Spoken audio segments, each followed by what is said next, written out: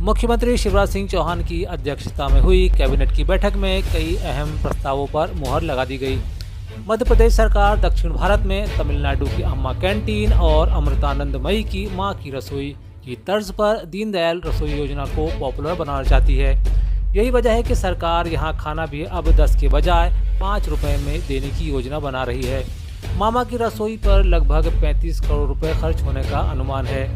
साथ ही बैठक में अधिकारी कर्मचारियों के तबादलों की तारीख बढ़ाने पर सहमति जताई गई। अब यह 7 जुलाई तक हो सकेंगे। इससे पूर्व तबादलों की अवधि अभी 30 जून निर्धारित थी। दीनदयाल रसोई ही रहेगी। नाम में कोई परिवर्तन नहीं होगा।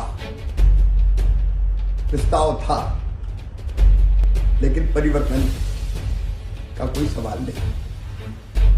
यूनिफॉर्म सिविल कोड को लेकर प्रधानमंत्री नरेंद्र मोदी के बयान से ही परेशान है ओवैसी। यह कहना है गृह मंत्री डॉक्टर नरोत्तम मिश्रा का। उन्होंने कहा कि AIMIM प्रमुख ओवैसी कांग्रेस और अंग्रेजों की भाषा बोल रहे हैं। उन्होंने कहा कि जिस संविधान में संशोधन का हवाला ओवैसी दे रहे हैं, उसके निर्माता बाबा साहेब भीमराव आम्बेडकर हमेशा समान नागरिक संहिता के पक्ष में रहे हैं।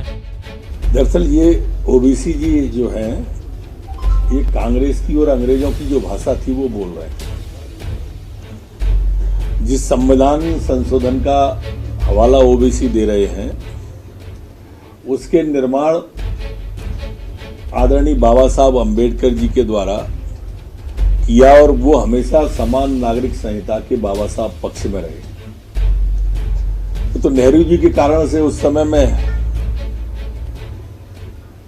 और अंग्रेजों के कारण से 1954 में और नेहरू जी के कारण से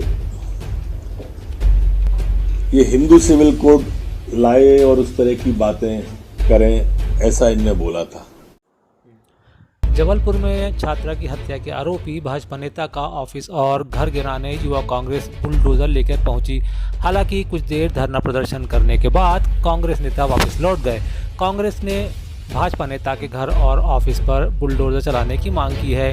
इससे पहले युवा कांग्रेस की ओर से शहर में इसे लेकर एक दिन पहले यानी मंगलवार को पोस्टर्स भी लगाए गए थे। कांग्रेस विधायक कुणाल चौधरी ने प्रधानमंत्री द्वारा लगाए गए भ्रष्टाचार के आरोपों का जवाब देते हुए कहा कि यहां 50% कमीशन की सरकार चल रही है। उन्होंने यह भी कहा कि बीजेपी सबसे अधिक भ्रष्टाचार वाली पार्टी है। मेरा पीएम साहब से इस पे एक ही निवेदन है कि बीजेपी के 17-18 साल के कार्यकाल की CAG से ऑडिट करा ले कि वो 20,000 करोड़ का कर्जा 4.5 लाख करोड़ कैसे हो गया, और इस हिंदुस्तान की सरकार में करा लें कि भ्रष्टाचार जो 40% कमीशन की सरकार को वहां पे हटाया जनता ने, यहाँ 50% कमीशन की सरकार चल रही है। और देश के अंदर की हालात क्या है, कहना और कथनी और करनी का अंतर की जैसे मुंह में तो इनके गांधी है और दिल में नाथूराम जो बैठे हैं ना, इनकी वही स्थिति पीएम साहब की और देश की है कि कहीं ना कहीं झूठ बोलो, जोर से बोलो। जिस प्रदेश में बीजेपी सबसे ज्यादा भ्रष्टाचार कर रही है, 50-50 करोड़ के विधायक खरीदे हैं, जहां की हालात बेरोजगारों की हो चुकी है, नौजवान प्रताड़ित है, किसान मर रहा है, और उसके ऊपर बात करने की जगह इधर उधर जनता सवाल पूछ रही कि पीएम साहब आप पहले आए थे, कहा था कि 2022 तक आय दुगनी हो जाएगी।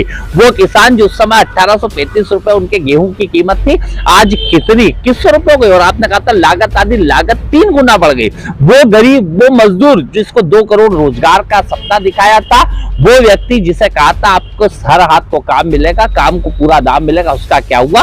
तो इधर उधर की बात करके जाने का काम करा। देश के प्रधानमंत्री आए पर एक बीजेपी के कार्यकर्ता के रूप में काम करके गए, दे प्रदेश को कुछ भी नहीं दे। मध्य प्रदेश के दतिया जिले में बुधवार को एक बड़ा हादसा हो गया। हादसे में 5 लोगों के मौत की खबर है। हादसे पर मध्य प्रदेश के गृह मंत्री नरोत्तम मिश्रा ने शोक जताया है। दुखद घटना हुई है। रात को ही प्रशासन पहुंच गया था, एसपी वगैरह अभी भी मौके पर ही है। मध्य प्रदेश के देवास माता टेकरी से हाल ही में एक बड़ी खबर आई है। बताया जा रहा है कि माता टेकरी पर मंगलवार देर रात एक बड़ा हादसा हो गया। हालांकि इसमें किसी की जनहानि नहीं हुई, लेकिन पहाड़ी से नीचे गिरे पत्थरों से हनुमान मंदिर का पिलर टूट गया।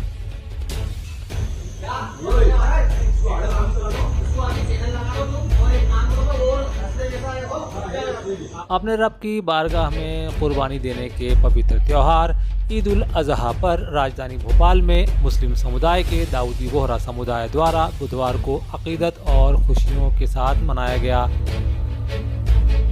रतलाम कांग्रेस महासचिव प्रकाश प्रभु राठौड़ ने मध्य प्रदेश कांग्रेस कमेटी प्रदेश अध्यक्ष व प्रदेश के पूर्व मुख्यमंत्री कमलनाथ से भोपाल में मुलाकात की।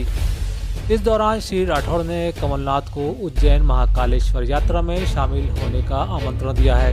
राठौड़ ने बताया कि यात्रा सर्वधर्म समाज के लिए निकाली जा रही है।